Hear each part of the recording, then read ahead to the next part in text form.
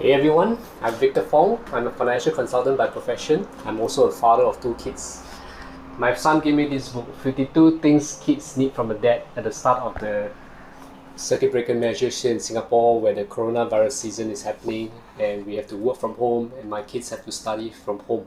So I think he wants to build a strong relationship with me, so that I can read this book and be able to apply those learnings with him. So I've been reading a chapter a day. I've recorded them down in a series of YouTube videos. So today I'm at chapter 38.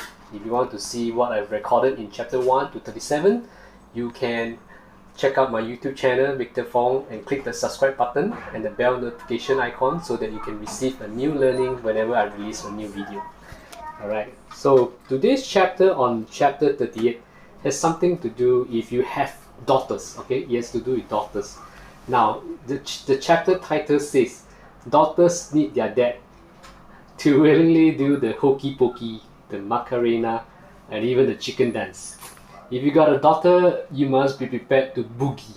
Right? Get ready to make a complete fool of yourself in a public place along with dozens other dads and daughters.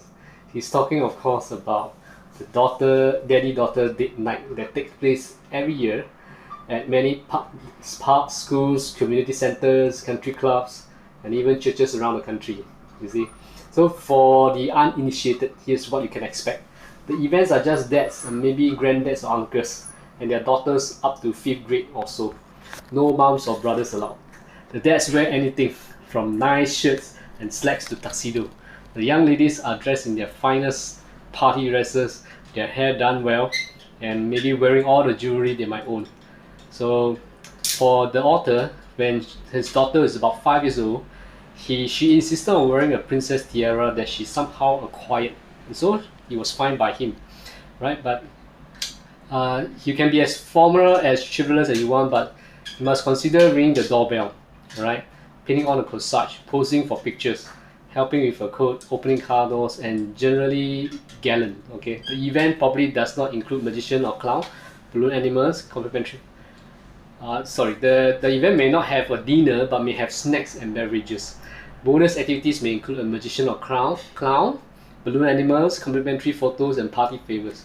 So the highlight of the event is the dance itself, right? 90 minutes of songs you know, and they'll have you and your daughter sing along and shaking your booties. Every town seems to have a DJ that specializes in daddy-daughter events, and he knows how to get the crowd moving. The younger girls will playfully swing on their daddy's arms, race around the floor, but the older girls will have certain unspoken wistfulness about them that they know that their childhood is coming to an end, and the dads know that too. Often, this will be the last time they dance together until the wedding reception, which is more than a decade away. So that's why one key bit of advice for the evening is to actually stick with your date. At dinner parties with your wife, sometimes women congregate in one area and then the men circle up in another. But this is a rare daddy-daughter event, and you might catch up with that some other time. Right? So he also suggested that we mentally prepare ourselves to surrender to the instructions of the DJ. Even if you are the kind of guy who doesn't dance, getting out of the floor is an essential part of the evening. Really, it's okay. The worst thing that can happen is you give your daughter something to tease you about. If you're instructed to put your right hip in and shake it all about, just do it. Okay, if a human locomotive chucks by, just grab one. But don't forget how to spell YMCA. The evening will go by very quickly, and so will the years. Pretty soon she'll be in secondary school or even JC or uni, and then will be too matured for organized daddy-daughter date night. When that happens, he recommends that you create a revised, scaled-down version of the event just for you and your blossoming daughter. So when the park district brochure comes out, let the announcement serve as a reminder to make reservations for two at one of the finer restaurants in town.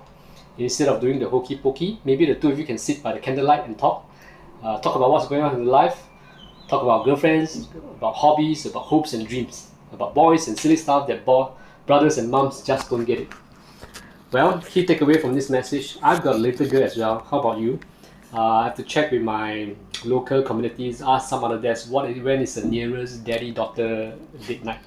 Put it on my calendar, surrender myself to the evening and make it magical. I look for some kind of special events for my son as well, which they'll be covered in the next chapter. Right?